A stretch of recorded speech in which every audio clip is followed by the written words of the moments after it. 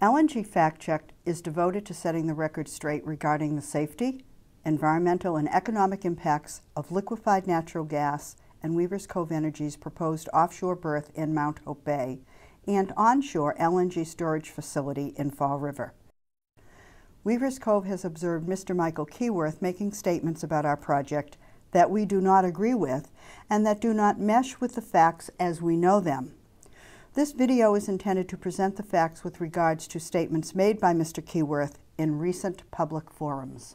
I sit on the Save the Bay Leadership Council. Mr. Keyworth suggests that LNG ships will arrive unannounced, thereby disrupting sailing, optimist, regattas. There was an optimist regatta. To describe what an optimist is, these optimists are basically 7 feet long, and they have kids in them that range in age from 7 to 14. They don't have engines, they don't have radios, and the kids sometimes aren't great sailors. Now this guy isn't announcing that he's coming. He's just coming, and there's no stopping him. He's got a schedule to keep. Mr. Keyworth has the facts wrong. When asked by a prominent Rhode Island policy group how much notice state and local officials would receive, the Coast Guard response was clear. As is our current practice for LPG vessel arrivals, the Coast Guard will notify our federal, state, and local stakeholder officials of LNG deliveries as we become aware of the arrival schedule, which is at least 96 hours before each vessel's arrival.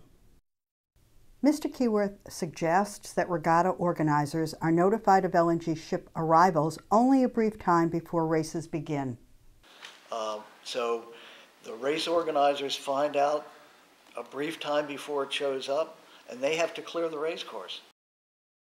Once again, Mr. Keyworth has the facts wrong.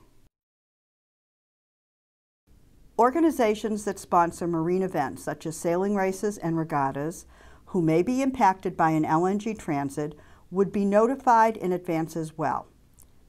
The Coast Guard reviews all scheduled events and actively manages competing uses of the waterway to help ensure all activities take place safely.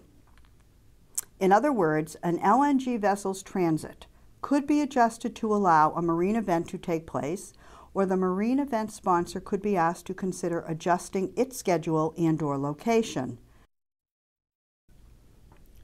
Mr. Keyworth suggests that the Coast Guard is converting to private security firms such as Blackwater. And Hess hasn't made it clear, Weaver Cove Energy hasn't made it clear how they're going to provide the security blanket around the ship. I've seen the security blankets around the LPG ships that come up, and currently they're Coast Guard, but they're converting that to private firms such as Blackwater. And I can just see it, the guys with the hobnob boots, machine guns, and they perceive these little opties that won't get out of the way as attack opties. Well, it just doesn't work that way. Mr. Keyworth is correct on only one point, his last one. It just doesn't work that way. We challenge Mr. Keyworth to substantiate his suggestion that the Coast Guard has ever or has any future plans to use private security firms such as Blackwater to provide safety and security for any vessel calling at any port in the nation. We believe this is simply urban myth, and we believe this myth is being perpetuated by Mr. Keyworth. Mr. Keyworth's suggestion that he can just see it, the guys with the hobnob boots and the machine guns, and they perceive these little opties that won't get out of their way as attack opties, and it just doesn't work that way, is reprehensible on many levels. First, the notion that any optimist vessel, under any scenario, would pose a serious threat to any LNG carrier has merit only in Mr. Keyworth's imagination. This may also be the source from which Mr. Keyworth draws the conclusion that the Coast Guard is converting its security of LPG and LNG ships to private security forces. Inflammatory rhetoric and bold-faced exaggeration have no place in the review of any development project.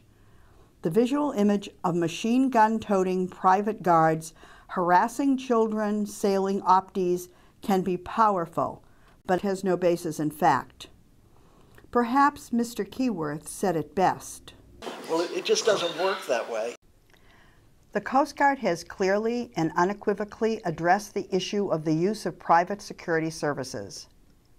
Quote, "There are no plans to require LNG vessels to hire additional security.